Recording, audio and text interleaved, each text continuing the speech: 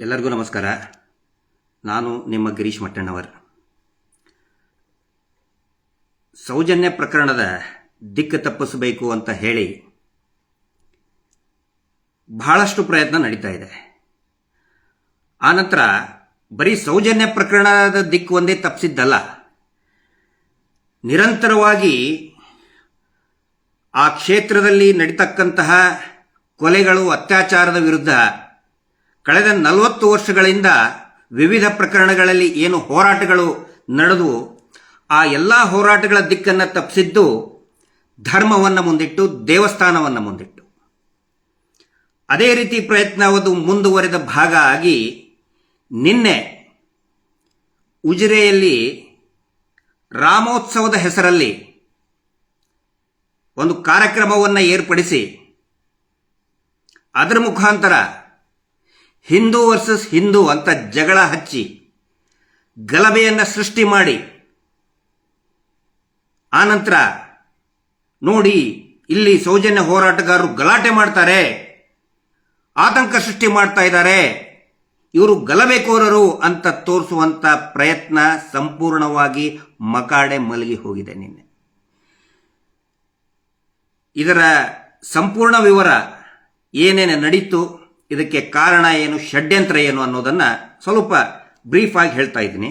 ಯಾಕಂತ ಹೇಳಿದ್ರೆ ನಾವು ಸುಮ್ಮನೆ ಕೂತ್ಕೊಂಡು ಬಿಟ್ರೆ ಇದು ಬೇರೆ ಬೇರೆ ರೀತಿಯಲ್ಲಿ ಅರ್ಥ ಪಡೆಯುವ ಹಾಗೆ, ಯಾಕಂದ್ರೆ ಮಾಧ್ಯಮಗಳು ಎಲ್ಲ ಅವ್ರದ್ದೇ ಇರೋದ್ರಿಂದ ನಾವು ಕೂಡ ಮಾತಾಡಲೇಬೇಕಾಗತ್ತೆ.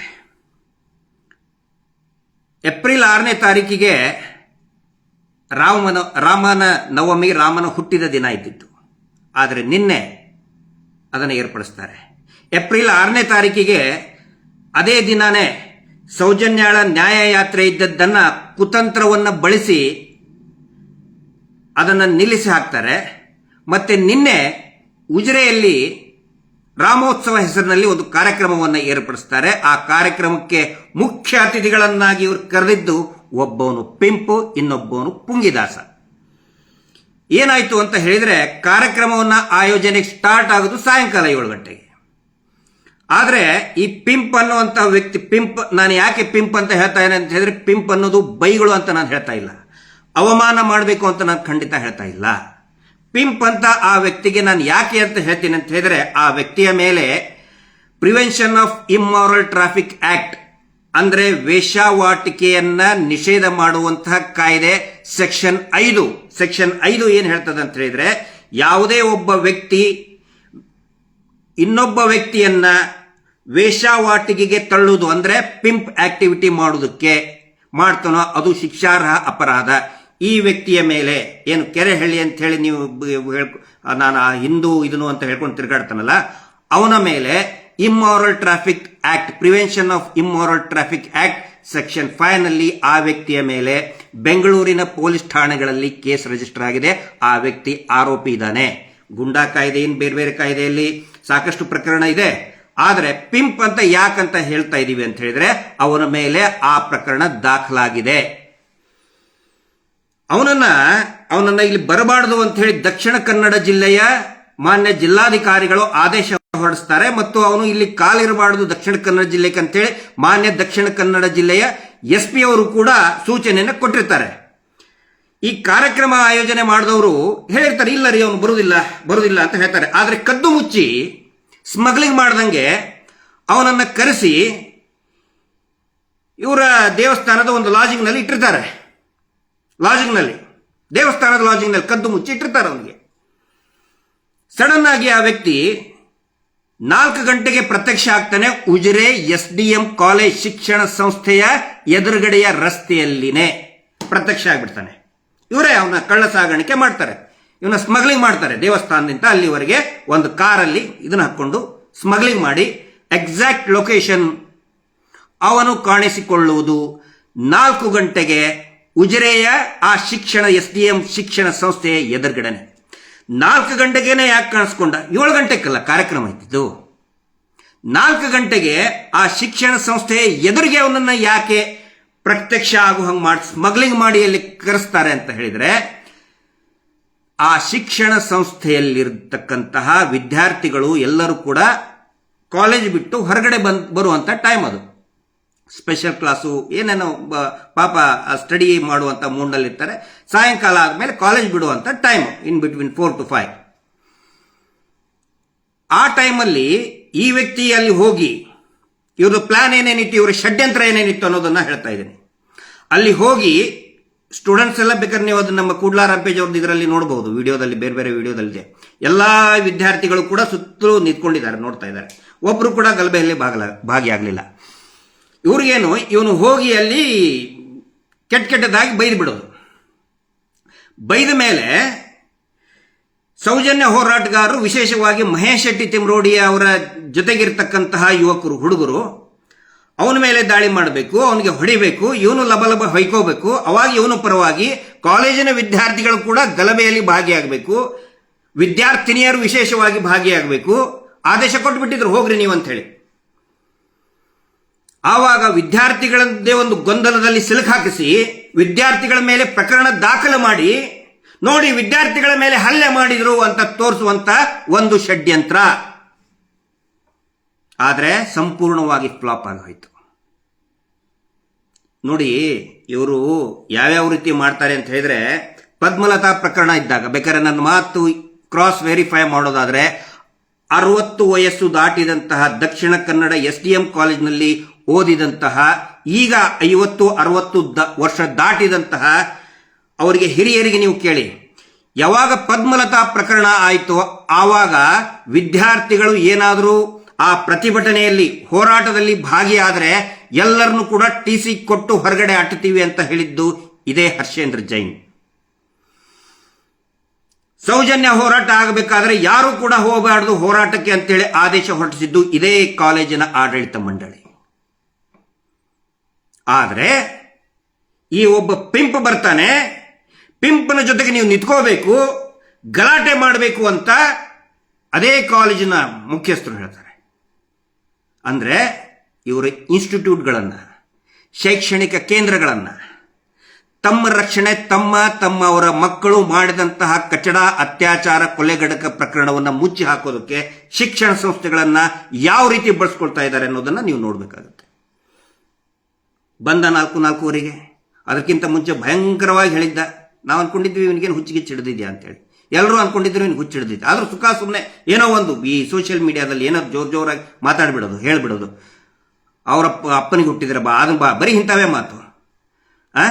ನಿನ್ನೆ ಬಂದು ಒಂದು 5 ನಿಮಿಷ ಬರೀ ಒಂದು 5-6 ಜನ, ಮಹೇಶ್ ಶೆಟ್ಟಿ ತಿಮ್ಮರೋಡಿ ಅವರ ಬರೀ ಒಂದು 5-6 ಜನ ಯುವಕರು, 5-6 ಜನ ಯುವಕರು ಬಂದಿದ್ದಕ್ಕೆ ಹೆದರಿ ಇಲಿ ಹಿಡಿಬೇಕಾದ್ರೆ ಇಲಿ ಒಂದೊಂದು ಸರಿ ಭಯ ಬಿದ್ಕೊಂಡು ಆತಂಕಕ್ಕೊಳಗಾಗಿ ನಮ್ಮ ಮೈ ಮೇಲೆಲ್ಲ ಏರ್ತದೆ. ಹಂಗೆ ಕಾರ್ ಮೇಲೆ ನಿಂತ್ಕೊಂಡ ಇವನು ಹೆದರ್ಕೊಂಡು, ಎಲ್ಲಿ ಏನು ಮಾಡಿಬಿಡ್ತಾರೋ ಅಂತ ಹೇಳಿ ಕಾರ್ ಮೇಲೆ ನಿಂತ್ಕೊಂಡು, ಅಯ್ಯೋ ನನಗೆ ಎಸ್ಕಾರ್ಟ್ ಕಟ್ಬಿಡಿ, ನಾ ಓಡಿ ಹೋಗ್ಬಿಡ್ತೀನಿ ಅಂತೇಳಿ ಒಂದು ಏನಂತ ಹೇಳಿದ್ರೆ ಕಾಮಿಡಿ ಐಟಮ್.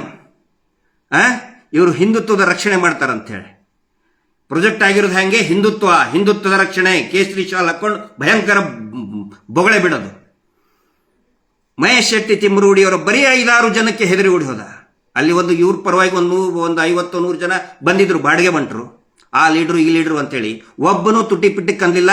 ಧನ್ಯವಾದ ಹೇಳ್ತೀನಿ ನಾನು SDM ಕಾಲೇಜಿನ, SDM ಶಿಕ್ಷಣ ಸಂಸ್ಥೆಗಳ ಎಲ್ಲಾ ವಿದ್ಯಾರ್ಥಿಗಳು ಧನ್ಯವಾದಗಳನ್ನು ಹೇಳ್ತೇನೆ. ಒಬ್ರು ಕೂಡ ಗಲಭೆಯಲ್ಲಿ ಭಾಗಿಯಾಗಲಿಲ್ಲ. ಪ್ರತಿಯೊಬ್ಬರಿಗೂ ಮನಸ್ಸಿನಲ್ಲಿ ಕೂಡ ಕುದಿತಾ ಇದೆ. ಈ ಕಾಲೇಜಿನ ಮುಖ್ಯಸ್ಥರು, ಆ ಕುಟುಂಬ ಪಡ್ತಾ ಇರುವಂತಹ ಕಿರುಕುಳ, ಹಿಂಸೆ ಪ್ರತಿಯೊಬ್ಬ ವಿದ್ಯಾರ್ಥಿಗೂ ಕೂಡ ಇದೆ. ಹಿಂಗಾಗಿ ಯಾವುದೇ ಒಬ್ಬ ವಿದ್ಯಾರ್ಥಿ ಗಲಭೆಯಲ್ಲಿ ಭಾಗಿಯಾಗಲಿಲ್ಲ. ಅದು ಸೌಜನ್ಯಳ ಶಕ್ತಿ. ಆಯ್ತು, ಓಡಿ ಹೋದ. ನೆಕ್ಸ್ಟ್ ಬರೋದು ಈ ಕಾರ್ಯಕ್ರಮಕ್ಕೆ ಇನ್ನೊಬ್ಬನು, ಒಬ್ಬ ಪುಂಗಿದಾಸ ಅಂತ ಇದ್ದಾನೆ.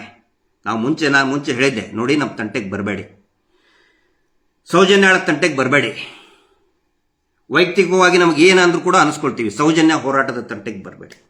ಆದರೂ ಕೂಡ ಕೇಳ್ತಾ ಇಲ್ಲ, ಸುಳ್ಳು ಏನಾದರೂ ಬೊಗಳೆ ಬಿಡ್ತಾ ಇರೋದು. ನಿನ್ನೆ ಆ ವ್ಯಕ್ತಿ ಬಂದು ಮತ್ತೆ ಆಸ್ ಇಟ್ ಈಸ್ ರಾಮನ ಬಗ್ಗೆ ಭಾಷಣ ಬಿಗಿತಾ ಇರ್ತಾನೆ.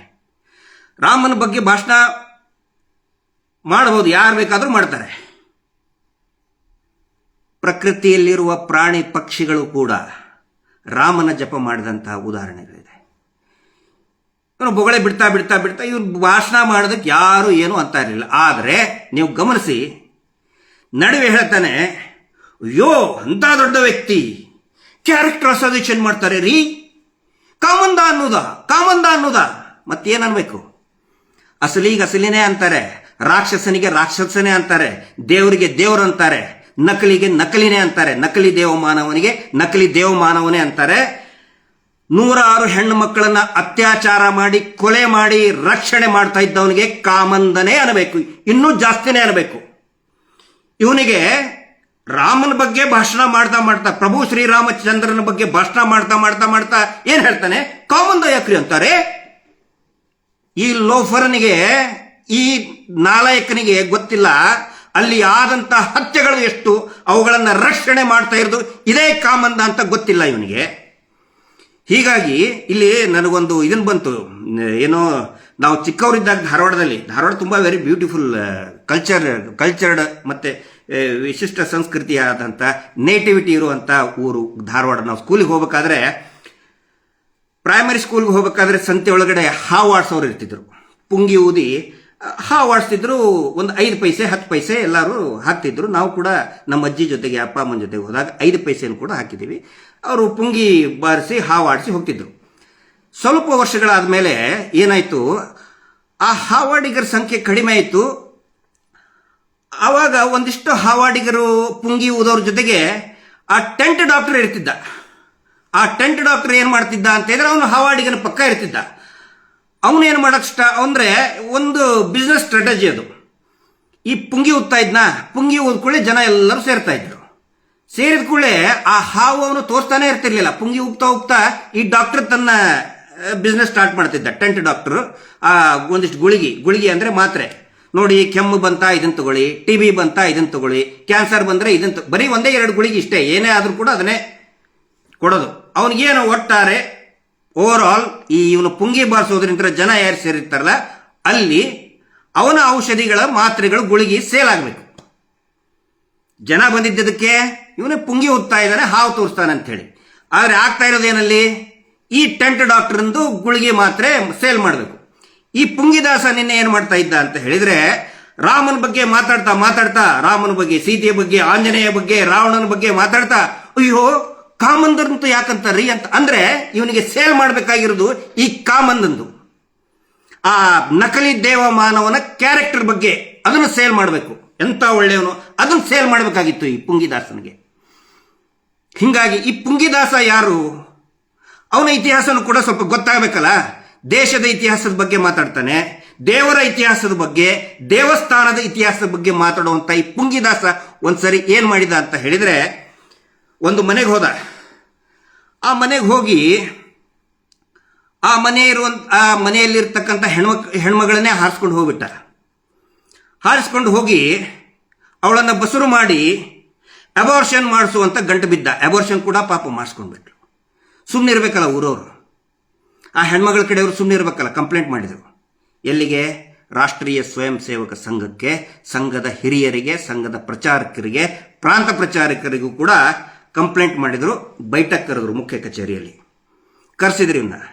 ಏನಪ್ಪ ನಿನ್ನ ಕತೆ, ಯಾಕೆ ಹಿಂಗೆ ಮಾಡ್ತಾ ಇದೀಯಾ, ಏನು ಸಮಸ್ಯೆ, ಮದುವೆ ಆಗ್ತೀಯ ಅವಳನ್ನ ಅಂತ ಕೇಳಿದ್ರು.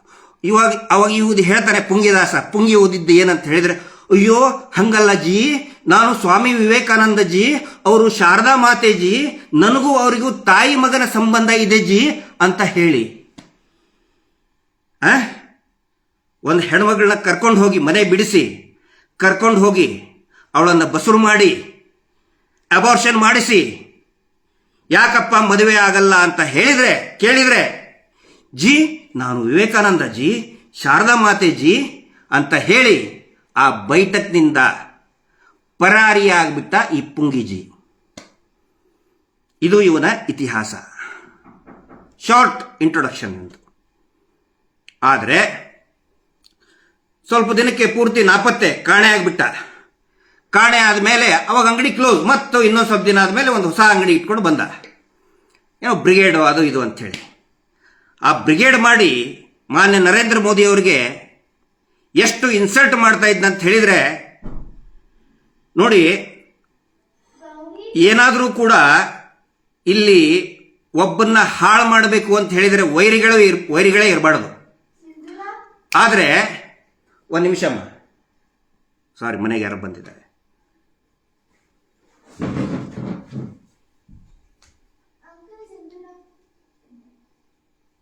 ಒಂದು ನಿಮಿಷ,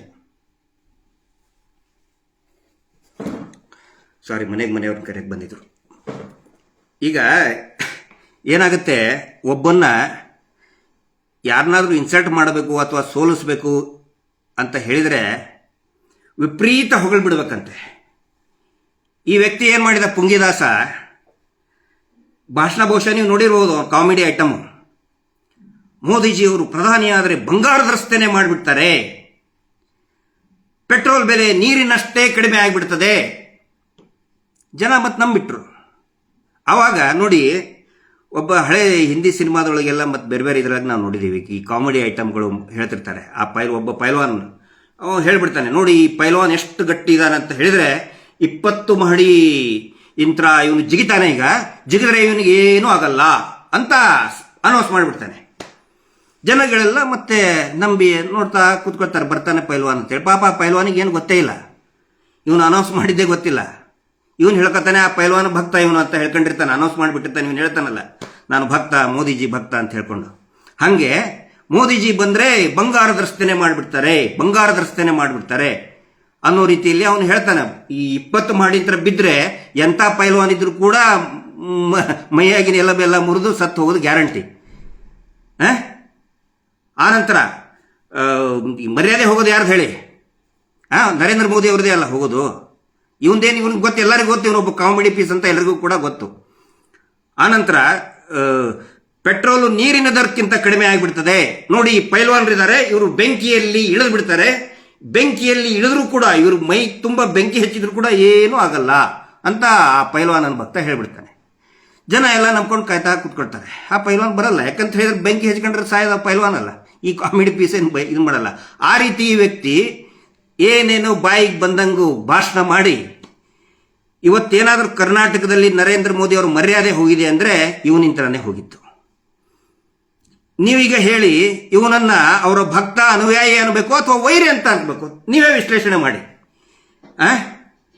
ಒಬ್ಬ ವ್ಯಕ್ತಿ, ಈ ನರೇಂದ್ರ ಮೋದಿ ಅವರು ಪ್ರಧಾನಿ ಆದರೆ ಬಂಗಾರದ ರಸ್ತೆ ಮಾಡಿಬಿಡ್ತಿ ಅಂತ ಹೇಳಿಬಿಟ್ರೆ ಮರ್ಯಾದೆ ಹೋಗಿರೋದು ಯಾರದಿಲ್ಲ.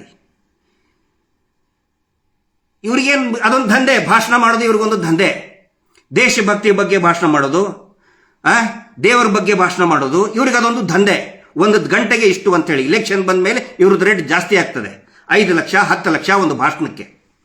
ಜನಸಾಮಾನ್ಯರಿಗೆ ಇದು ಗೊತ್ತಾಗುವುದಿಲ್ಲ, ಬೇಗ ಅರ್ಥ ಆಗುವುದಿಲ್ಲ. ಯಾಕಂತ ಹೇಳಿದ್ರೆ ನಾವು ಮಾಡ್ತಾ ಇರುವಂಥ ತಪ್ಪುಗಳನ್ನು ಮುಚ್ಕೊಳ್ಳೋದಕ್ಕೆ ಬಹಳ ವೆರಿ ಈಸಿ ಸ್ಟ್ರಾಟಜಿ ಅಂತ ಹೇಳಿದ್ರೆ ಧರ್ಮದ ಬಗ್ಗೆ ಭಾಷಣ ಬಗೆಯೋದು, ದೇಶದ ಬಗ್ಗೆ ಭಾಷಣ ಬಗೆಯೋದು.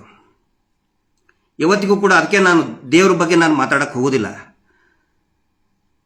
ಶ್ರೀರಾಮನ ಬಗ್ಗೆ ಆಗಲಿ ಅಥವಾ ಪುಣ್ಯ ಪುರುಷರ ಬಗ್ಗೆ ನಾನು ಜಾಸ್ತಿ ಮಾತಾಡಕ್ಕೆ ಹೋಗೋದಿಲ್ಲ, ಮಾತಾಡಬಾರ್ದು. ಯಾಕಂತ ಹೇಳಿದ್ರೆ ನಾವು ದೇವ್ರ ಬಗ್ಗೆ ನಾವು ಮಾತಾಡಕ್ಕೆ ಸ್ಟಾರ್ಟ್ ಮಾಡಿದರೆ ದೇವರು ಕೂಡ ನಮ್ಮಲ್ಲಿ ದೈವತ್ವವನ್ನು ಹುಡುಕೋದಕ್ಕೆ ಸ್ಟಾರ್ಟ್ ಮಾಡ್ತಾರೆ. ಆದರೆ ಆ ಯೋಗ್ಯತೆ ನನಗಿರಬೇಕಲ್ಲ, ನಾವು ಸಾಚೆಗಳಿರಬೇಕಲ್ಲ. ಹೀಗಾಗಿ ನಾನು ಯಾವತ್ತಿಗೂ ಕೂಡ ಮಾತಾಡಕ್ಕೆ ಹೋಗೋದಿಲ್ಲ. ದೇವ್ರ ಬಗ್ಗೆ ಭಾಷಣ ಮಾಡಬೇಕಂತ ಹೇಳಿದರೆ ಅಟ್ಲೀಸ್ಟ್ ಸ್ವಲ್ಪ ಆದರೂ ಕೂಡ ಅದರದ್ದು ಒಂದು ಸಣ್ಣ ಅಂಶ. ರಾಮನ ಬಗ್ಗೆ ಮಾತಾಡಬೇಕಾದ್ರೆ ಆ ಆದರ್ಶ ಪುರುಷನ ಒಂದು ಸಣ್ಣ ಎಳೆಯಷ್ಟಾದರೂ ಕೂಡ ನಮ್ಮಲ್ಲಿ ಇರಬೇಕು, ಇದ್ರೆ ಮಾತ್ರ ಮಾತಾಡಬೇಕು. ನಾನು ಹಿಂದೆ ಈ ಸಾಮಾಜಿಕ PSI ಆದ ನಂತರ ಸಾಮಾಜಿಕ ಜೀವನದಲ್ಲಿ ಬಂದಾಗ ವಿದ್ಯಾನಂದ ಶೆಣೈ ಅವರ ಮಾತುಗಳನ್ನು ಕೇಳ್ತಾ ಇದ್ದೆ. ತುಂಬಾ ಅದ್ಭುತವಾಗಿ ಮಾತಾಡ್ತಾ ಇದ್ರು. ಬರೀ ಮಾತಷ್ಟೇ ಅಲ್ಲ, ಅವರ ನಡೆ ನುಡಿ ಜೀವನ ಶೈಲಿ ಅಷ್ಟೇ ಸರಳತೆಯಿಂದ ಕೊಡ್ತಾ ಇತ್ತು. ಇವತ್ತು ಯಾರು ಕೂಡ ಆಲ್ಮೋಸ್ಟ್ ವಿದ್ಯಾನಂದ ಶೆಣೈ ಅಂತ ಅವ್ರಿಗೆ ಬಹುಶಃ ಇವತ್ತಿನ ಜನಗಳಿಗೆ ಯುವಕರಿಗೆ ಗೊತ್ತಿರಲಿಲ್ಲ. ದಯವಿಟ್ಟು ನೀವು ಯೂಟ್ಯೂಬಲ್ಲಿ ಕೂಡ ವಿದ್ಯಾನಂದ ಶೆಣೈ ಅಂತ ಹಾಕಿ. ನಾನು ಅವಾಗ ಅವ್ರದ್ದು ಕ್ಯಾಸೆಟನ್ನು ಇಟ್ಕೋತಾ ಇದ್ದೆ ಯಾವತ್ತಿಗೂ ಕೂಡ ನನ್ನ ಕಾರಲ್ಲಿ. ಅವಾಗ ಕಾರಲ್ಲಿ ಕೂಡ ಕ್ಯಾಸೆಟ್ ಇರ್ತಿತ್ತು, ಹಿಂಗೆ ತಿರುಗಿಸಿ ಅದು ರೀಲ್ಗಳದ್ದು. ಅದಾದ್ಮೇಲೆ CD ಬಂದರೂ ಕೂಡ ಅವರ CDಯನ್ನು ನಾನು ಕೇಳ್ತಾ ಹೋಗ್ತಾ ಇದ್ದೆ. ವಿದ್ಯಾನಂದ ಶೆಣೈ ಅವ್ರದ್ದು ಭಾರತ ದರ್ಶನ ಅನೇಕ ವಾಲ್ಯೂಮ್ಸ್ಗಳಿದೆ, ದಯವಿಟ್ಟು ಅವುಗಳನ್ನು ಕೇಳಿ. ಆನಂತರ ರಾಜೀವ್ ದೀಕ್ಷಿತ್ ಜಿ, ನನಗೆ ನನ್ನ ಮನೆಯಲ್ಲಿ ಏನಾದರೂ ಸ್ವಲ್ಪ ಇವತ್ತಿಗೂ ಕೂಡ ಟೂತ್ ಪೇಸ್ಟು ಮತ್ತು ಕೆಲವೊಂದಿಷ್ಟು ಉಪಯುಕ್ತ ವಸ್ತುಗಳನ್ನು ನಾನು ಸ್ವದೇಶಿ ಬಳಸ್ತೇನೆ ಅಂತ ಹೇಳಿದ್ರೆ ಅದಕ್ಕೆ ಕಾರಣ ರಾಜೀವ್ ದೀಕ್ಷಿತ್ ಜಿ. ಅವ್ರನ್ನ ಇವತ್ತು ಯಾರೂ ನೆನೆಸ್ಕೊಳ್ಳೋದಿಲ್ಲ. ನಾನು ಒನ್ಸ್ ಅಗೇನ್ ಅವ್ರನ್ನ ರಿಮೈಂಡ್ ಮಾಡ್ತಾ ಇದ್ದೀನಿ. ವಿದ್ಯಾನಂದ ಶೆಣೈ ಅವ್ರನ್ನ, ಈ 30-40 ವರ್ಷದಿಂದ ಸಂಘಗಳಲ್ಲಿ ಕೆಲಸ ಮಾಡಿದವರು, ದುಡಿದವರಿಗೆ ಗೊತ್ತಿರ್ತದೆ ವಿದ್ಯಾನಂದ ಶೆಣೈ ಅವ್ರ ಬಗ್ಗೆ. ಅವರ ಪರಿಚಯನ ಮತ್ತೆ ನಾನು ಈ ಹೊಸ ಜನರೇಷನ್ಗೆ ಪರಿಚಯ ಮಾಡ್ತಾ ಇದ್ದೀನಿ. ಈಗ ಅವರಿಲ್ಲ, ವಿದ್ಯಾನಂದ ಶೆಣೈ ಜಿ ಅವರು ಇಲ್ಲ, ರಾಜೀವ್ ದೀಕ್ಷಿತ್ ಜಿ ಅವರು ಕೂಡ ಇಲ್ಲ. ಅವರನ್ನ ಇವು ಏನೋ ಐಟಮ್, ಈ ಕಾಮಿಡಿ ಪೀಸ್ಗಳು ಬಂದ ಮೇಲೆ ಜನ ಅವ್ರ ಬಗ್ಗೆ ಯೋಚನೆ ಮಾಡೋದೇ ಬಿಟ್ಬಿಟ್ರು. ಈ ಕಾಮಿಡಿ ಪೀಸ್ಗಳನ್ನ ಅವ್ರನ್ನ ಯಾವತ್ತಿಗೂ ನೆನೆಸ್ಕೊಳ್ಳೋದಿಲ್ಲ, ಯಾಕಂದ್ರೆ ಇವ್ರದೇ ಮಾರ್ಕೆಟ್ ಆಗಬೇಕು. ಆದರೆ ನಾನು ವಿದ್ಯಾನಂದ ಜಿ ಶೆಣೈ ಅವ್ರ ಬಗ್ಗೆ ನಾನು ನಿಮ್ಮ ಗಮನಕ್ಕೆ ತರ್ತಾ ಇದ್ದೀನಿ. ದಯವಿಟ್ಟು ಅಂಥವ್ರ ಮಾತುಗಳನ್ನು ಕೇಳಿಸ್ಕೊಳ್ಳಿ. ಎಷ್ಟು ಅದ್ಭುತವಾಗಿ ನಮ್ಮಲ್ಲಿರುವತಕ್ಕಂತಹ ಅಜ್ಞಾನವನ್ನು ಅವರು ಹೊರಗಡೆ ಹಾಕಿ ದೇಶದ ಬಗ್ಗೆ ಒಂದು ಭಾವನೆಗಳನ್ನು ಹುಟ್ಟುಹಾಕ್ತಾರೆ ರಾಜೀವ್ ದೀಕ್ಷಿತ್ ಅವರು, ವಿದ್ಯಾನಂದ ಶೆಣೈ ಅವ್ರನ್ನ. ಆದರೆ ಇಂಥ ಕಾಮಿಡಿ ಪೀಸ್ಗಳು ಏನು ಮಾಡಿಬಿಟ್ರು, ತಮ್ಮ ಮಾರ್ಕೆಟ್, ತಮ್ಮ ಪ್ರಮೋಷನ್ ಮಾಡೋಕ್ಕೋಸ್ಕರ ಸುಳ್ಳುಗಳನ್ನು ಹೇಳಿ, ಅನಾಚಾರಗಳನ್ನು ಮಾಡಿ, ಯಾವುದೇ ಒಬ್ಬ ಹೈ ಪ್ರೊಫೈಲ್ ವ್ಯಕ್ತಿಯ ಮೇಲೆ, ಅವನು ಯಾವನೇ ಆಗಿರ್ಬೋದು, ಅತ್ಯಾಚಾರದ ಪ್ರಕರಣಗಳು ಬಂದರೆ ಅಥವಾ ಯಾವುದೇ ಅಲಿಗೇಷನ್ಸ್ ಬಂದರೆ ಅವ್ರ ಹತ್ರ ಹೋಗಿ ಅವರೊಂದು ವೇದಿಕೆಯನ್ನು ಸೃಷ್ಟಿ ಮಾಡ್ತಾರೆ. ಧರ್ಮದ್ದು, ದೇವರದ್ದು ವೇದಿಕೆ ಸೃಷ್ಟಿ ಮಾಡ್ತಾರೆ. ಇಂಥ ವ್ಯಕ್ತಿಗಳು ಹೋಗಿ ದೊಡ್ಡ ದೊಡ್ಡದಾಗಿ ಭಾಷಣ ಬಿಗಿದು ಬಂದ್ಬಿಡೋದು, ಮುಗೀತಿಷ್ಟೇ. ಅವಾಗ ಜನರನ್ನ ಆ ರೀತಿ ಮಾಡಿ ಒಂದು ಕನ್ವಿನ್ಸ್ ಮಾಡುವಂತ ಒಂದು ತಂತ್ರ, ಇದು ತಂತ್ರಗಾರಿಕೆ. ಇದನ್ನ ಅರ್ಥ ಮಾಡ್ಕೋಬೇಕು. ಈ ವ್ಯಕ್ತಿ ಮಾಡ್ತಾ ಇರೋದು ಅದನ್ನೇ. ಈಗ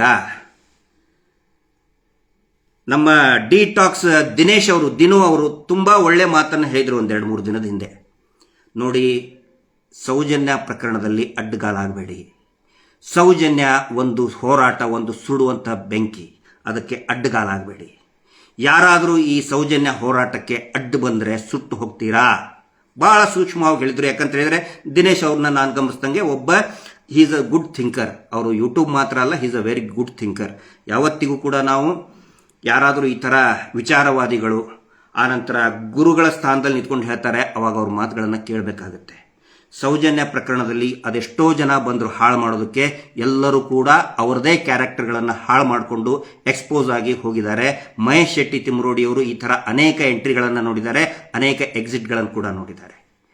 ಅದಕ್ಕೆ ನಾನು ಹೇಳ್ತಾ ಇದ್ದೀನಿ, ದಯವಿಟ್ಟು ಇದನ್ನು ಸುಳ್ಳು ಈಗ ಏನು ಮಾಡಿದರು, ಇಷ್ಟು ವರ್ಷ 13 ವರ್ಷ ಹಿಂದೂ ವರ್ಸಸ್ ಮುಸ್ಲಿಂ ಅಂತ ಮಾಡಿ, ಯಾರು ನಮ್ಮ ಸಮೀರನ ವಿಡಿಯೋ ಆದಮೇಲೆ ಹಿಂದೂ ವರ್ಸಸ್ ಮುಸ್ಲಿಂ ಮಾಡಕ್ಕೆ ನೋಡಿದರು.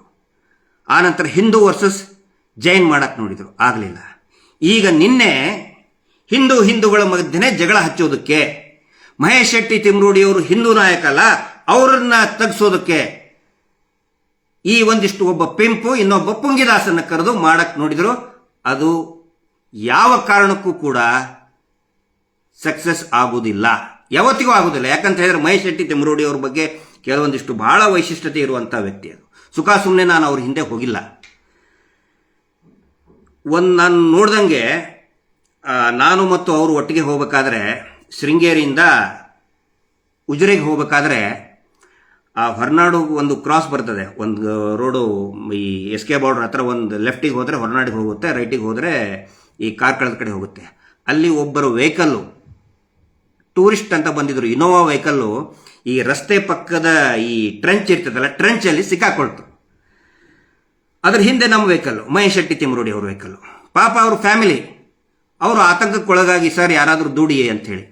ಬೇರೆ ಯಾರಾದರೂ ಲೀಡರ್ ಇದ್ರೆ ಅವ್ರ ಹುಡುಗರನ್ನ ಹೇಳ್ತಿದ್ದ, ಇಲ್ಲ ಅಂತಂದ್ರೆ ನಡಿ ಮುಂದೆ ಹೋಗೋಣ ನಡಿ ಅಂತ ಹೇಳ್ತಿದ್ದ.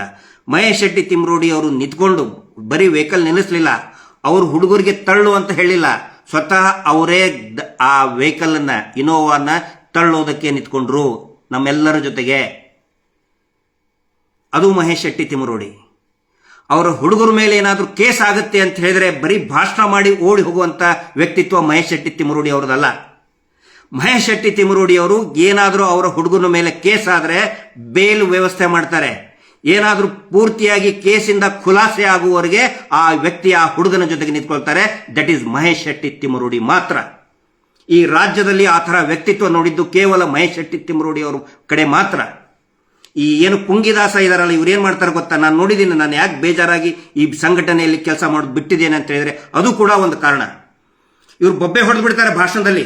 ಸಾಬ್ರು ಹಂಗೆ, ಸಾಬ್ರು ಅದನ್ನ ಮಾಡಿದ್ರು, ಇದನ್ನ ಮಾಡಿದ್ರು. ಹೌದಪ್ಪ, ನಾನು ಕೇಳ್ತಾ ಇದ್ದೀನಿ, ಸಾಬ್ರು ಅದನ್ನ ಮಾಡಿದ್ರು, ಕಲ್ಲು ಹೊಡಿತಾರೆ, ಗಣೇಶ ದೇವಸ್ಥಾನ ಇದಕ್ಕೆ ಮಾಡ್ತಾರೆ, ನಮಗೂ ಸಿಟ್ಟಿದೆ, ನಮಗೂ ಆಕ್ರೋಶ ಇದೆ. ಆದ್ರೆ ಇವ್ರು ಏನ್ ಮಾಡ್ತಾರೆ? ಆ ಕಾರಣ ಇವರು ಭಾಷಣ ಮಾಡಿರ್ತಾರಲ್ಲ, ಭಾಷಣ ಮಾಡಿ ಓಡಿ ಹೋಗ್ಬಿಡ್ತಾರೆ, ಗಲಾಟೆಗಳಾಗ್ತದೆ.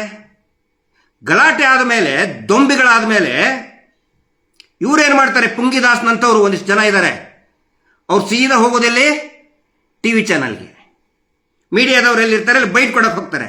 ಆದ್ರೆ ಇವ್ರು ಹೇಳ್ತಾರಲ್ಲ, ಸಾಬ್ರು ಹಂಗ್ ಮಾಡಿದ್ರು, ಸಾಬ್ರು ಕಲ್ಲೆಸಿದ್ರು. ಸಾಬ್ರು ಏನ್ ಮಾಡ್ತಾರೆ ಹೇಳಿ? ಅವರು ಏನ್ ಮಾಡ್ತಾರೆ? ಅವರು ಪೊಲೀಸ್ ಸ್ಟೇಷನ್ ಹೋಗ್ತಾರೆ.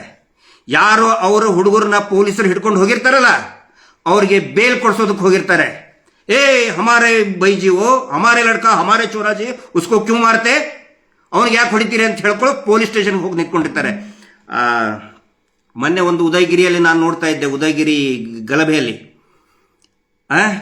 ಅದು ಯಾರಪ್ಪ, ಅವನ ಹೆಸರು ನೆನಪಿಗೆ ಬರಲ್ಲ, ಇವ್ರು ಜಗಳಾಡ್ತಿರ್ತಾರೆ. ಅದು ಯಾವುದೋ ಸುವರ್ಣ ಚಾನಲ್ನಲ್ಲಿ, ಅಬ್ದುಲ್ ರಜಾಕ್. ಆ ಅಬ್ದುಲ್ ರಜಾಕ್ ಏನ್ ಮಾಡ್ತಾ ಇದ್ದ? ಉದಯಗಿರಿ ಗಲಾಟೆ ಆದ ಮೇಲೆ ಪೊಲೀಸ್ ಸ್ಟೇಷನ್ಗೆ ಹೋಗಿ ಅವ್ರ ಹುಡುಗರಿಗೆ ಬೇಲ್ ಕೊಡ್ಸೋದಕ್ಕೆ ಹೋಗಿದ್ದಾನೆ.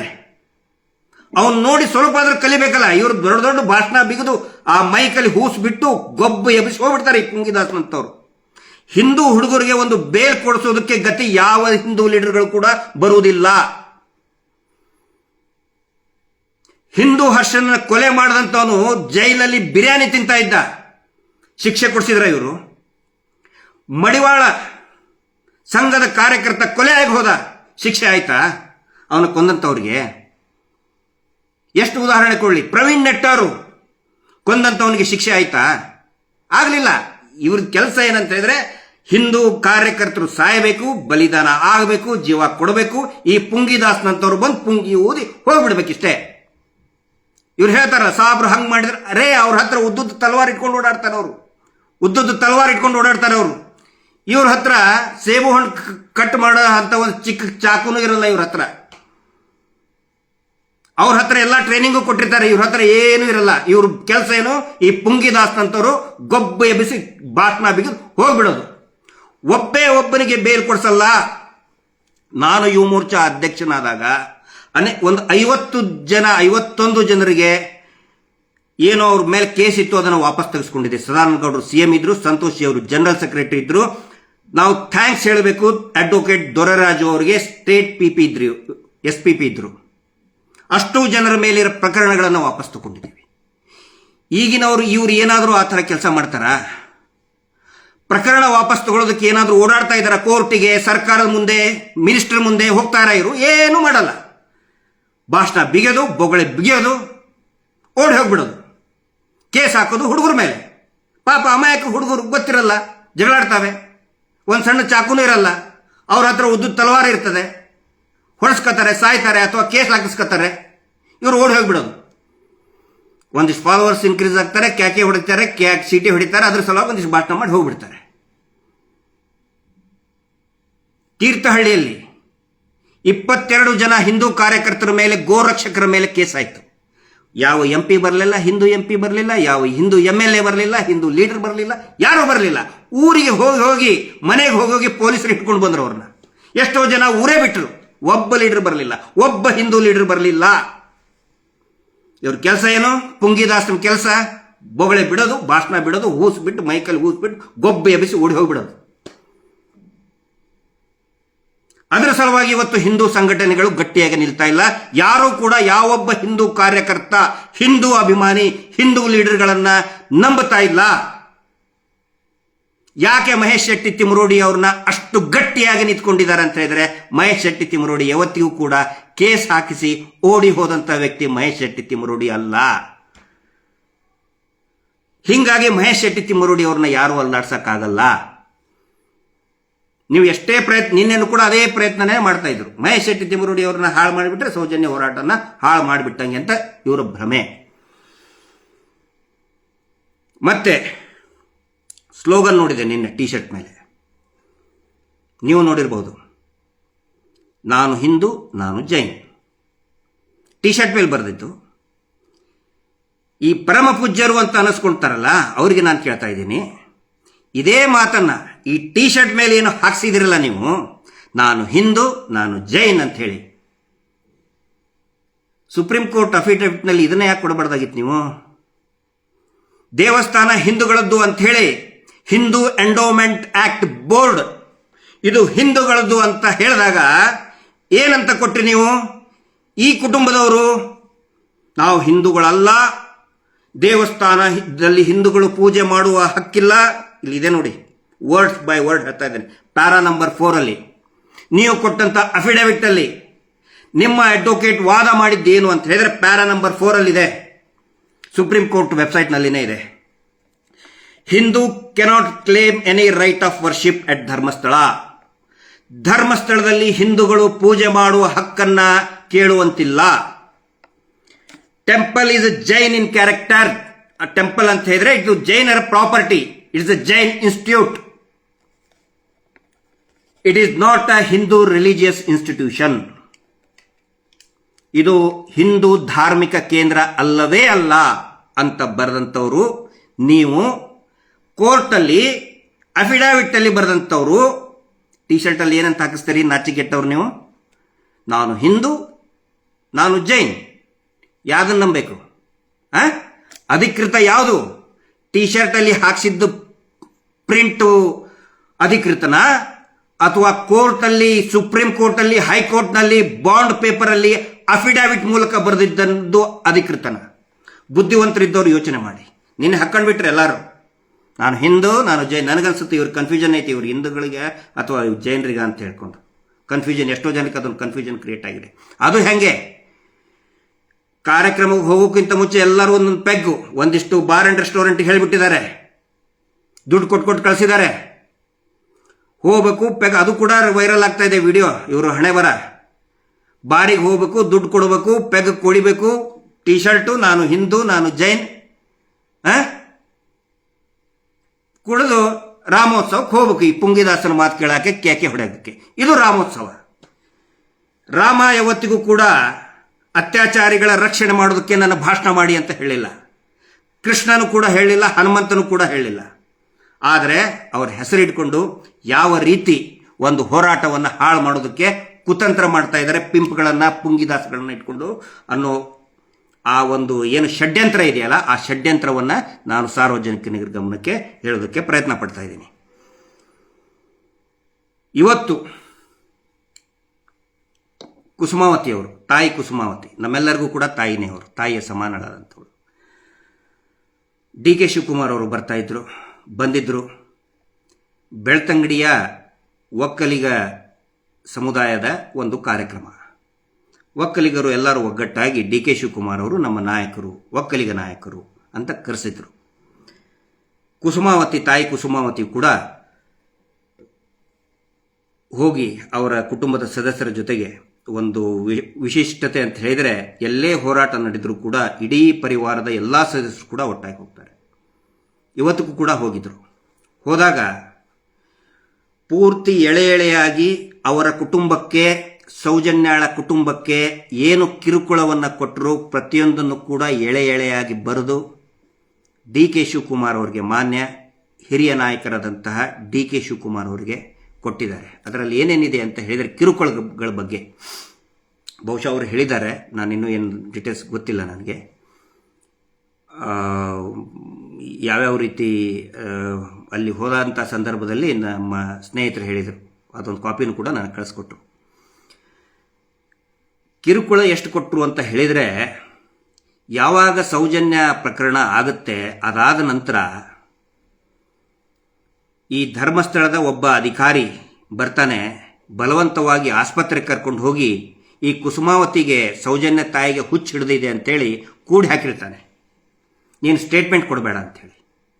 ಆಮೇಲೆ ಧರ್ಮಸ್ಥಳದ ನೇತ್ರಾವತಿ ಸ್ನಾನಘಟ್ಟದಲ್ಲಿ ಒಂದು ಹೋಟೆಲ್ ಇರ್ತದೆ, ವಿಠಲ್ ಗೌಡ್ರು. ಸೌಜನ್ಯಾಳು ಕೂಡ ಅಲ್ಲಿ ಕೆಲಸ ಮಾಡ್ತಿರ್ತಾಳೆ. ಯಾವಾಗ ಫ್ರೀ ಇರ್ತದೆ, ತನಗೆ ಒಂದು ಬಟ್ಟೆ ತಗೊಳ್ಬೇಕು ಅಂತ ಆಸೆ ಇರ್ತದೆ. ಹೊರನಾಡು ಅನ್ನಪೂರ್ಣೇಶ್ವರಿಗೆ ಹೋಗಬೇಕು ಅಂತ ಕನಸಿಟ್ಕೊಂಡಿರ್ತಾಳೆ. ತಾಯಿ ಅನ್ನಪೂರ್ಣೇಶ್ವರಿಯ ದರ್ಶನ ಮಾಡಬೇಕು. ಅಲ್ಲಿ ಹೋಗಬೇಕಾದ್ರೆ ನಾನು ಹೊಸ ಬಟ್ಟೆ ಹಾಕ್ಕೊಂಡು ಹೋಗಬೇಕು. ಹೊಸ ಬಟ್ಟೆ ನನಗೆ ಯಾರೋ ಕೊಡಿಸೋದು ಬೇಡ, ನನ್ನ ಮಾವನ ಹೋಟೆಲ್ನಲ್ಲಿ ನಾನು ಕೆಲಸ ಮಾಡಿ ಅದರಲ್ಲಿ ಬಂದಂಥ ಸಂಭಾವನೆಯಿಂದ ನಾನು ಹೊಸ ಫ್ರಾಕ್ ತಗೊಳ್ತೀನಿ ಅಂತೇಳಿ ದುಡಿಯೋದಕ್ಕೆ ಹೋದಂತಹ ಹೋಟೆಲ್ ಅದು. ಆ ಹೋಟೆಲನ್ನು ಕಿತ್ತು ಹಾಕಿಸ್ತಾರೆ ಈ ಧರ್ಮಾಧಿಕಾರಿಗಳು. ಒಂದು ಬಟ್ಟೆ ಅಂಗಡಿ ಇರ್ತದೆ, ಆ ಬಟ್ಟೆ ಅಂಗಡಿನೂ ಕೂಡ ಕಿತ್ತು ಹಾಕಿಸ್ತಾರೆ ಪ್ರಕರಣ ಆದಮೇಲೆ. ಅದಾದ ನಂತರ ನಿಡ್ಲೆ ಹತ್ರ ಒಂದು ಹೋಟೆಲ್ ಹಾಕ್ತಾರೆ ವಿಠಲ್ ಗೌಡರು. ಆ ಹೋಟೆಲ್ ಕೋವಿಡ್ ಟೈಮಲ್ಲಿ ಆ ಹೋಟೆಲ್ ಎದುರುಗಡೆನೆ ಒಂದು ಟ್ರೆಂಚ್ ಮಾಡಿಸ್ತಾರೆ, ಬೇಕಂತಲೇ ಅಲ್ಲಿ ಯಾರು ಬರಬಾರ್ದು ಅಂತೇಳಿ ಒಂದು ಟ್ರೆಂಚ್ ಹಾಕಿಸ್ತಾರೆ.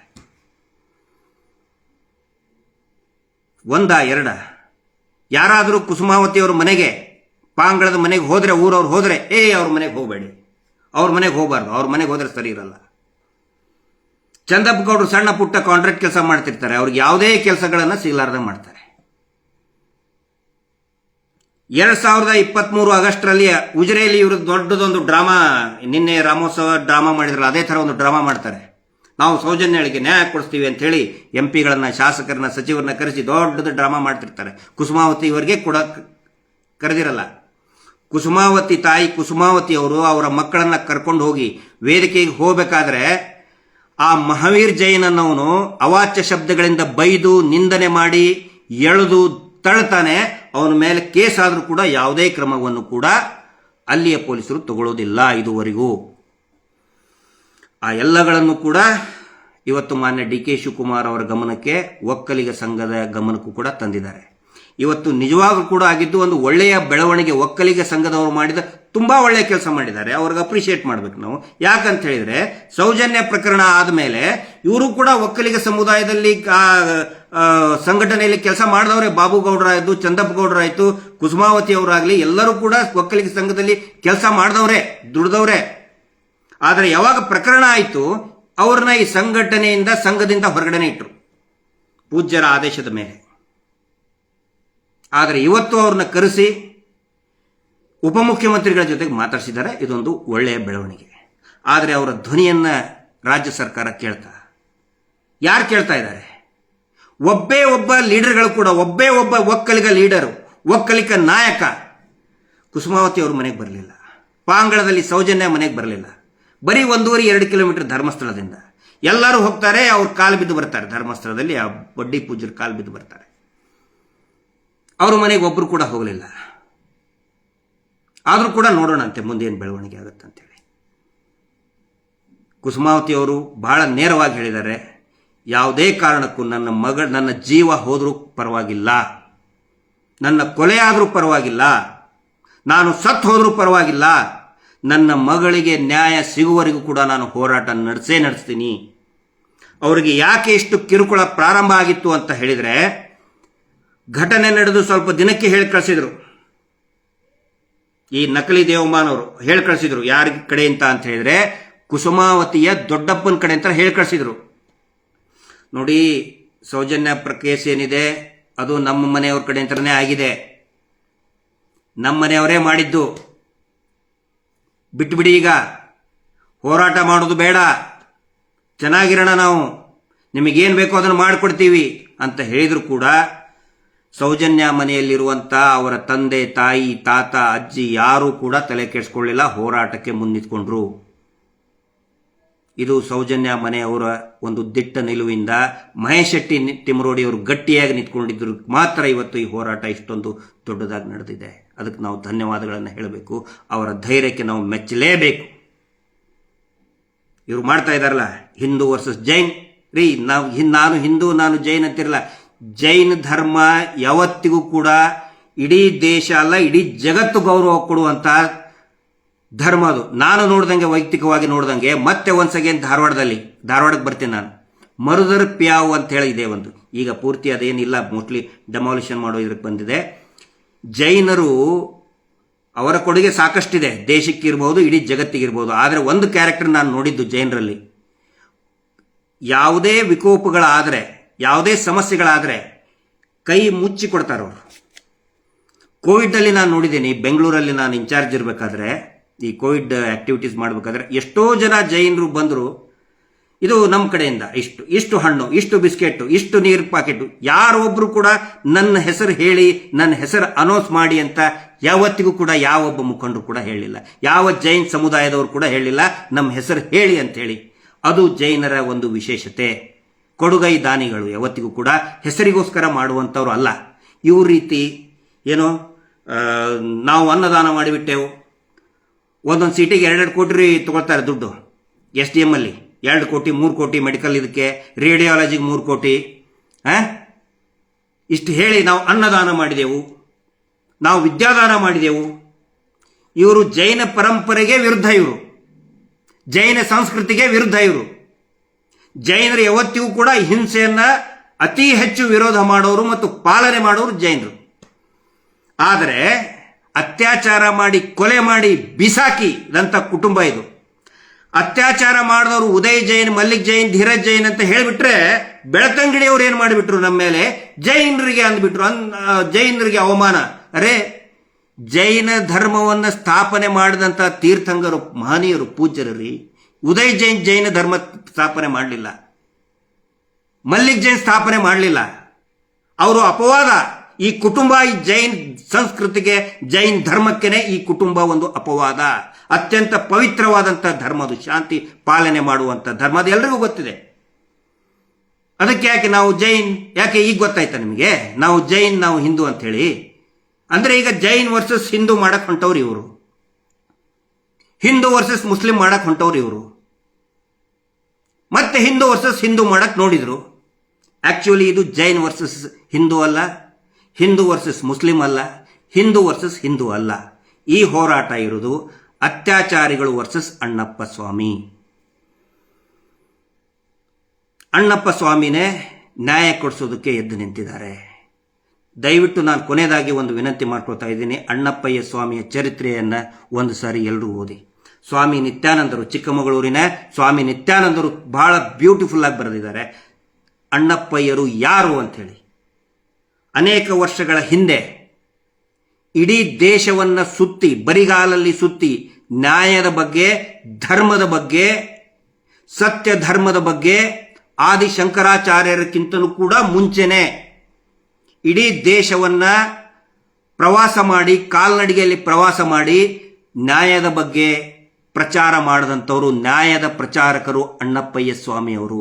ಕೊನೆಗೆ ಅವರು ಪಾವಂಜೆಯಲ್ಲಿ ಅವರು ಲೀನರಾಗ್ತಾರೆ. ಈ ಹೋರಾಟದ ಒಂದು ವೈಶಿಷ್ಟ್ಯತೆ ಅಂತ ಹೇಳಿದರೆ, ಇದಕ್ಕೆ ಎಲ್ಲಿಯೂ ಕೂಡ ಹಿಂಸೆಗೆ, ಗಲಭೆಗೆ ಅವಕಾಶ ಇಲ್ಲ. ಹೀಗಾಗಿ ಇವರು ಏನು ಮಾಡ್ತಾ ಇದ್ದಾರೆ ಗೊತ್ತಾ, ಅತ್ಯಾಚಾರಿಗಳ ಕಡೆಯವರು ಏನಾದರೂ ಈ ಥರ ನಮ್ಮನ್ನ ಕೆಳಸೋದಕ್ಕೆ ನೋಡ್ತಾ ಇದ್ದಾರೆ. ಎಷ್ಟೋ ಜನ ಹುಡುಗರು ನಮಗೆ ಹೇಳ್ತಾರೆ, ಸರ್ ಹೋಗಿ ಹೊಡೆದು ಬಿಡ್ತೀವಿ ಅವನ್ನ, ಅದೇನು ದೊಡ್ಡದಲ್ಲ, ಹೋಗಿ ಒಂದು ಹುಚ್ಚನಾಗಿ ಬಡ್ದಂಗೆ ಬಡಿತಾರೆ ಅವ್ರನ್ನೆಲ್ಲರೂ. ಆದರೆ ಅದು ನಮಗೆ ಬೇಕಾಗಿಲ್ಲ. ಈಗ ಆ ರೀತಿ ಮಾಡ್ಬೋದಾದ್ರೆ 12 ವರ್ಷದಿಂದ ಯಾರಾದರೂ ಮಾಡಿಬಿಡ್ತಿದ್ರು. ಹಂಗೆ ಮಾಡಿದ್ರೆ ಏನಾಗ್ತಿತ್ತು, ಅವ್ರ ಮೇಲೆ ಒಂದು ಅನುಕಂಪ ಸೃಷ್ಟಿ, ಅಯ್ಯೋ ಎಂಥ ಒಳ್ಳೆಯವರು, ಎಂಥ ಒಳ್ಳೆ ಜನ, ಪಾಪ ಯಾರೋ ಹೊಡೆದು ಹೋಗ್ಬಿಟ್ರು ಅಂಥೇಳಿ. ಆದರೆ ಅಣ್ಣಪ್ಪಯ್ಯರಿಗೆ ಅದು ಬೇಕಾಗಿಲ್ಲ. ಇವರ ನೀಚತನವನ್ನು, ಇವರ ಕೊಲೆಗಡಕತನವನ್ನು, ಇವರ ಗೋಮುಖ ವ್ಯಾಘ್ರವನ್ನು ಹಂತ ಹಂತವಾಗಿ ಈ ಹೋರಾಟದ ಮುಖಾಂತರ ಆ ಗೋಮುಖ ವ್ಯಾಘ್ರವನ್ನು ಕಳಿಸ್ತಾ ಇದ್ದಾರೆ. ಇದೆಲ್ಲವೂ ಕೂಡ ಕಾನೂನಿನ ಸುಪರ್ದಿಯಲ್ಲಿನೇ ಆಗಬೇಕು. ಹಿಂಸೆಯ ಅವಶ್ಯಕತೆ ಇಲ್ಲ. ಹೀಗಾಗಿ ನಾನು ಎಲ್ಲ ಸೌಜನ್ಯ ಹೋರಾಟಗಾರರಿಗೆ, ಹೋರಾಟವನ್ನು ಬೆಂಬಲಿಸ್ತಕ್ಕಂಥ ಪ್ರತಿಯೊಬ್ಬ ಜನಸಾಮಾನ್ಯರಿಗೂ ನಾನು ಹೇಳ್ತಾ ಇದ್ದೀನಿ, ಇಲ್ಲಿ ಹಿಂಸೆ ಗಲಭೆಗೆ ಅವಕಾಶ ಇಲ್ಲ. ನಮ್ಮನ್ನು ಯಾರೇ ಎಷ್ಟೇ ಅವಮಾನ ಮಾಡಿದರೂ ಕೂಡ, ಹಿಂಸೆಗೆ ಪ್ರಚೋದನೆ ಕೊಟ್ಟರೂ ಕೂಡ ನಾವು ಅದಕ್ಕೆ ತಲೆ ಕೆಡಿಸ್ಕೊಳ್ಳೋದಿಲ್ಲ. ಕಾನೂನು ರೀತಿಯಲ್ಲಿನೇ ಅವರು ಬೆತ್ತಲಾಗಬೇಕು, ಬೆತ್ತಲ ಆಗ್ತಾ ಇದ್ದಾರೆ, ಆಗಿದ್ದಾರೆ. ಅವ್ರಿಗೆ ಉಳ್ಕೊಳ್ಳೋದಕ್ಕೆ, ಅವಸ್ಕೊಳ್ಳೋದಕ್ಕೆ ಜಾಗ ಇಲ್ಲ. ಹೀಗಾಗಿ ಹಿಂದೂ ವರ್ಸಸ್ ಮುಸ್ಲಿಂ ಅನ್ನೋ ಚಾದರ್ ತಗೊಂಡು ಮರ್ತಾ ಇದ್ದಾರೆ, ಹಿಂದೂ ವರ್ಸಸ್ ಜೈನ್ ಅನ್ನುವ ಚಾದರ್ ತಗೊಂಡು ಮುಚ್ಕೊಳಕ್ ನೋಡ್ತಾ ಇದ್ದಾರೆ. ಹಿಂದೂ ವರ್ಸಸ್ ಹಿಂದೂ ಅಂತ ತೋರಿಸಿ ಬೆತ್ತಲೆ, ತಾವು ಆಗಿರುವಂಥ ಬೆತ್ತಲೆ ಮುಖವನ್ನ, ದೇಹವನ್ನು ಮುಚ್ಕೊಳಕ್ ನೋಡ್ತಾ ಇದ್ದಾರೆ. ಆಗ್ತಾ ಇಲ್ಲ. ನಿನ್ನೆ ನಡೆದಂತಹ ಉಜಿರೆಯಲ್ಲಿ ಇವ್ರು ಹೇಳ್ತಾರಲ್ಲ, ನಾನು ಹಿಂದೂ ನಾನು ಜೈನ್ ಅಂತ ಹೇಳ್ತಾರಲ್ಲ, ಅಲ್ಲಿರುವಂತಹ ಒಂದು ದೇವಸ್ಥಾನ, ಇಡೀ ರಾಜ್ಯದ ಜನ ದಯವಿಟ್ಟು ಕೇಳಿಸ್ಕೊಳ್ಳಿ, ಇದನ್ನ ಬೊಗಳೆ ಬಿಡ್ತಾರಲ್ಲ ಇಲ್ಲಿ ಬಂದು, ಹಿಂದೂ ಸಂಸ್ಕೃತಿಗೆ ಅಪಮಾನ ಮಾಡ್ತಾ ಇದ್ದಾರೆ ಸೌಜನ್ಯ ಹೋರಾಟ ಮಾಡಿ ಅಂತ ಹೇಳಿ. ಅವ್ರಿಗೂ ಕೂಡ ಗೊತ್ತಿರಲಿ, ಉಜಿರೆಯ ಕುಂಜರ್ಪಾದಲ್ಲಿ, ಅದು ಶ್ರೀ ಕ್ಷೇತ್ರ ತಿಮರೋಡಿ ಕುಂಜರ್ಪ ಕ್ಷೇತ್ರ, ಆ ಕ್ಷೇತ್ರದಲ್ಲಿ ಒಂದು ದೇವಸ್ಥಾನದ ಜಾಗ ಇತ್ತು. ಅದು ಶೃಂಗೇರಿ ಶಾರದಾಂಬೆ ಪೀಠದ ಜಾಗೆ, ಅದು ದೇವಸ್ಥಾನದ ಜಾಗೆ, ಅದಕ್ಕೆ ಸಂಬಂಧಪಟ್ಟಂತ ಆಸ್ತಿ. 2010ರಲ್ಲಿ ಮಹೇಶ್ ಶೆಟ್ಟಿ ತಿಮ್ರೋಡಿಯವರು ಅಲ್ಲಿ ದೇವಸ್ಥಾನ ಕಟ್ಟೋದಕ್ಕೆ ಪ್ರಾರಂಭ ಮಾಡ್ತಾರೆ. ಯಾಕಂತ ಹೇಳಿದ್ರೆ ಅಲ್ಲಿ ಶೃಂಗೇರಿ ಶಾರದಾಂಬೆಯ ಮೂರ್ತಿ ಸಿಕ್ಕಿರುತ್ತೆ, ಈಶ್ವರನ ಮೂರ್ತಿ ಸಿಕ್ಕಿರುತ್ತೆ, ಅನೇಕ ದೇವರ ಮೂರ್ತಿಗಳು ಸಿಕ್ಕಿರುತ್ತೆ, ಅಣ್ಣಪ್ಪಯ್ಯ ಸ್ವಾಮಿ ಅವರ ಮೂರ್ತಿನೂ ಕೂಡ ಸಿಕ್ಕಿರುತ್ತೆ. ಯಾಕಂದ್ರೆ ಅದು ಅಣ್ಣಪ್ಪಯ್ಯ ಸ್ವಾಮಿಗಳ ಮೂಲ ಕ್ಷೇತ್ರ ಅಂತ ಪ್ರತೀತಿ ಇದೆ. ಅಲ್ಲಿ ಮಹೇಶ್ ಶೆಟ್ಟಿ ತಿಮ್ರೋಡಿಯವರು ದೇವಸ್ಥಾನ ಕಟ್ಟೋದಕ್ಕೆ ಪ್ರಾರಂಭ ಮಾಡ್ತಾರೆ. ಇದೇ ದೇವಸ್ಥಾನದ ಪ್ರಭಾವಿ ಕುಟುಂಬದ ನಕಲಿ ದೇವಮಾನವ ಅಂಡ್ ಗ್ಯಾಂಗ್, ಅದರಲ್ಲಿ ಒಬ್ಬ ಯಾರು ಧನಕೀರ್ತಿ ಜೈನ್, ಏನು ಮೊನ್ನೆ ಹೋರಾಟ ನಿಲ್ಲಿಸೋದಕ್ಕೆ ಅರ್ಜಿ ಕೊಟ್ಟಿದ್ದಾನಲ್ಲ, ಅವನು ಅವರಣ್ಣ ಇನ್ನೊಬ್ಬರು ಅಡ್ವೊಕೇಟ್ ಇದ್ದಾನೆ. ಅಡ್ವೊಕೇಟ್ ಅಂತ ಹೇಳಿದ್ರೆ ಅವರ ಪ್ರೊಫೆಷನ್ಗೆ ವಿ ಹ್ಯಾವ್ ರೆಸ್ಪೆಕ್ಟ್. ಆದರೆ ಇವರೆಲ್ಲ ಸೇರ್ಕೊಂಡು ಅಲ್ಲಿ ಪ್ರಾಣ ಪ್ರತಿಷ್ಠೆ ಆದರೂ ಕೂಡ ಆ ದೇವಸ್ಥಾನದಲ್ಲಿ ಅಣ್ಣಪ್ಪ ಸ್ವಾಮಿಯವರ ಪ್ರತಿಷ್ಠೆ ಆಗುತ್ತೆ. ದೇವಸ್ಥಾನ ಕಟ್ಟಿಸಿದ ಮೇಲೆ 4 ವರ್ಷ ದಸರಾ ಮಹೋತ್ಸವ ನಡೀತದೆ, ದೈವದ ನಡಾವಳಿಗಳ ನಡೀತವೆ. ಅದನ್ನು ನೋಡಕ್ಕೆ ಇವರಿಗೆ ಆಗುದಿಲ್ಲ. ಪರಮ ಪೂಜ್ಯರು ಅಂತ ಏನು ಕರೆಸ್ಕೋತಾರಲ್ಲ, ದೇವಮಾನವ ಅಂತ ಬಿದಿರದನ್ನ ತಗೊಂಡಿದಾರಲ್ಲ, ಅಧಿಕಾರಿಗಳನ್ನ ಮುಂದಿಟ್ಟು, ಇವರದೇ ಆದಂತಹ ಜಡ್ಜ್ಗಳನ್ನ ಮುಂದಿಟ್ಟು ಆ ದೇವಸ್ಥಾನಕ್ಕೆ ಬೀಗ ಜಡಿಸಿ ಇಟ್ಟಿದ್ದಾರೆ. ಅಲ್ಲಿ ಅಭಿಷೇಕ ಆಗಬಾರ್ದು ಶಿವನಿಗೆ, ಚಂದ್ರಮೌಳೇಶ್ವರ ದೇವರಿಗೆ ಶಿವನಿಗೆ ಅಭಿಷೇಕ ಮಾಡೋದನ್ನ ಮಾಡಬಾರದು ಅಂತ ಹೇಳಿ ಆ ದೇವಸ್ಥಾನಕ್ಕೆ ಕೀಲಿಯನ್ನು ಹಾಕಿಟ್ಟಿದ್ದಾರೆ. ಮಹೇಶ್ ಶೆಟ್ಟಿ ತಿಮ್ರೋಡಿಯವರು ಅದಕ್ಕೋಸ್ಕರ ಸಿಕ್ಕಾಪಟ್ಟೆ ಹೋರಾಟ ಮಾಡಿದ್ರು. ಹಿಂಗಾಗಿ ಮಹೇಶ್ ಶೆಟ್ಟಿ ಅವ್ರ ಕಂಡ್ರೆ ಇವ್ರಿಗಾಗೋದಿಲ್ಲ. ಇವತ್ತು ನಾನು ಹೇಳ್ತಾ ಇದ್ದೀನಿ, ಯಾಕೆ ಮಹೇಶ್ ಶೆಟ್ಟಿ ಅವ್ರ ಬಗ್ಗೆ, ಮಹೇಶ್ ಶೆಟ್ಟಿ ತಿಮ್ರೋಡಿ ಅವರ ಬಗ್ಗೆ ಇವರು ಇಷ್ಟೊಂದು ಬೆಂಕಿ ಕಾರ್ತಾರೆ, ಅಸೂಯೆ ಪಡ್ತಾರೆ ಅಂತ ಹೇಳಿದ್ರೆ, ಮಹೇಶ್ ಶೆಟ್ಟಿ ತಿಮ್ರೋಡಿಯವರು ನಿತ್ಯ ನಿರಂತರವಾಗಿ ಆ ಹಿಂದೂಗಳ ಪರವಾಗಿ, ದೇವಸ್ಥಾನದ ಪರವಾಗಿ, ಹಿಂದೂಗಳ ಪರವಾಗಿ ಅಂತ ಹೇಳಿ ಯಾವತ್ತಿಗೂ ಮುಸಲ್ಮಾನರಿಗೆ ಬೈಲಿಲ್ಲ, ಕ್ರಿಶ್ಚಿಯನ್ರಿಗೆ ಬೈಲಿಲ್ಲ ಅವರು. ಇದು ವಾಸ್ತವ. ಆ ಕ್ಷೇತ್ರದಲ್ಲಿ ನಿನ್ನೆ, ಉಜಿರೆಯ ಕ್ಷೇತ್ರದಲ್ಲಿ ನಿನ್ನೆ ರಾಮೋತ್ಸವ ಮಾಡಿ ಸೌಜನ್ಯ ಹೋರಾಟವನ್ನು ಹಾಳು ಮಾಡೋದಕ್ಕೆ ಪ್ರಯತ್ನ ಮಾಡಿದಾರಲ್ಲ, ಅದು ಯಾವತ್ತಿಗೂ ಕೂಡ ಆಗುವುದಿಲ್ಲ. ಯಾಕಂತ ಹೇಳಿದ್ರೆ ಇದು ಸೌಜನ್ಯ ಶಕ್ತಿ. ಇದು ಹಿಂದೂ ವರ್ಸಸ್ ಮುಸ್ಲಿಂ ಅಲ್ಲ, ಹಿಂದೂ ವರ್ಸಸ್ ಜೈನ್ ಅಲ್ಲ, ಹಿಂದೂ ವರ್ಸಸ್ ಹಿಂದೂ ಅಲ್ಲ. ಈ ಹೋರಾಟ ಇರೋದು ಅತ್ಯಾಚಾರಿ versus Annappayya Swamy. Justice for Soujanya. ನಮಸ್ತೆ.